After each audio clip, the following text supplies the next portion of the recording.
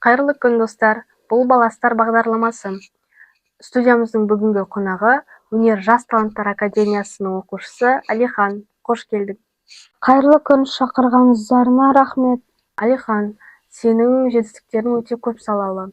Олар робототехника, жүзу, экожурналистика және оқудағы озаттық.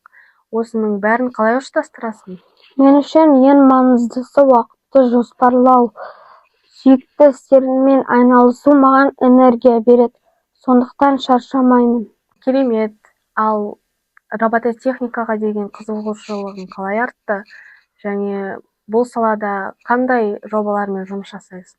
Кішкентай кезімнен әртүрлі механизмдерге қызықтым. Мен өскенде өзімді робототехника, жасанды интеллект саласында көргім келеді. Мысалы, су қоймаларындағы қоқысты жинап қарайтын роботтың бір прототипін шығарғым келеді. Жарайсың, Алихан.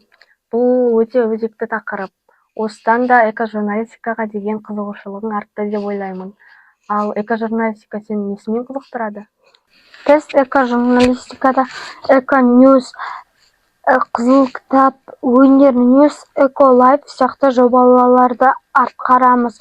Біз әртүрлі байқауларға қатысамыз. Қазір репортаж түсіруді үйреніп жатырмыз. Тамаша. Сен сабағыңды жақсы оқып қана қоймай, оған қоса жүзумен де айналысасың. Бұның бәріне қалай үлгересің? Оқу менің болашағымның негізі. Мен үшін ең маңыздысы ол білім. Ал жүзу денсаулықты және тәртіпті қалыптастырады. Ал болашақтағы жоспарларың қандай және өзіңді қай салада көргің келеді? Мен өскенде робототехника және жасанды интеллект саласында көргім келеді.